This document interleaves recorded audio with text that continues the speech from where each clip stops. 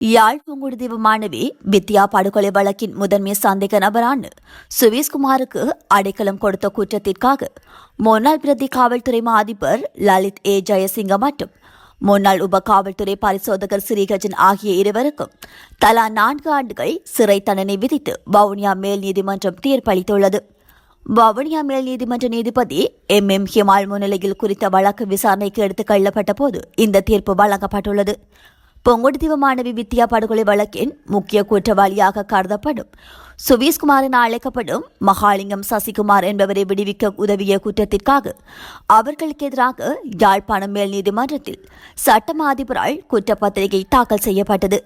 குறித்த வழக்கு நீதி சேவை ஆணைக்குழுவின் அனுமதியுடன் யாழ்ப்பாணம் மேல் நீதிமன்றத்திலிருந்து வவுனியா மேல் நீதிமன்றத்திற்கு மாற்றப்பட்டு விசாரணைகள் முன்னெடுக்கப்பட்டன.